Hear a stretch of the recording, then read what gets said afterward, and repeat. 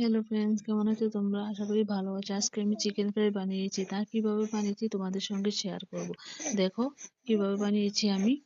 এই যে আমি 4 পিস চিকেন নিলাম, 4 পিস। এই চিকেনগুলিকে আমি জল দিয়ে ভালো করে ধোবো এখন সুন্দর করে। দেখো তোমরা আমি কিভাবে ধুচ্ছি। এগুলিকে ধুয়ে আমি প্লেটের মধ্যে নিয়ে নেব। সবগুলিকে সুন্দর করে এক এক করে জল ঝারিয়ে ঝারিয়ে প্লেটের মধ্যে নিয়ে নেব। সবগুলিকে। দেখো নিয়ে নিলাম।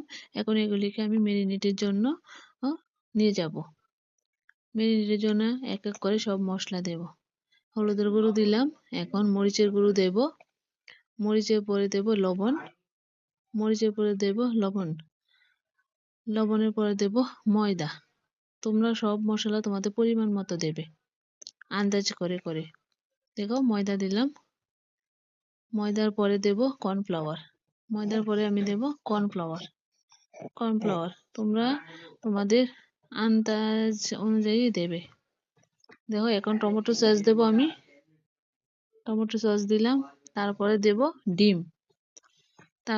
ডিম, এই ডিমটাও দিয়ে দিলাম। এখন এগুলিকে ভালো করে মাখবো, সুন্দর করে মাখবো। তোমরা চাইলে আরো মশলা এগুলির সাথে অ্যাড করতে পারো, যেমন পেঁয়াজ বাটা, আদা বাটা, সয়া সস, লেবু, কালো মরিচের গুঁড়া, এগুলি সব দিতে পারো। দিলে এগুলি আরো টেস্টি হবে।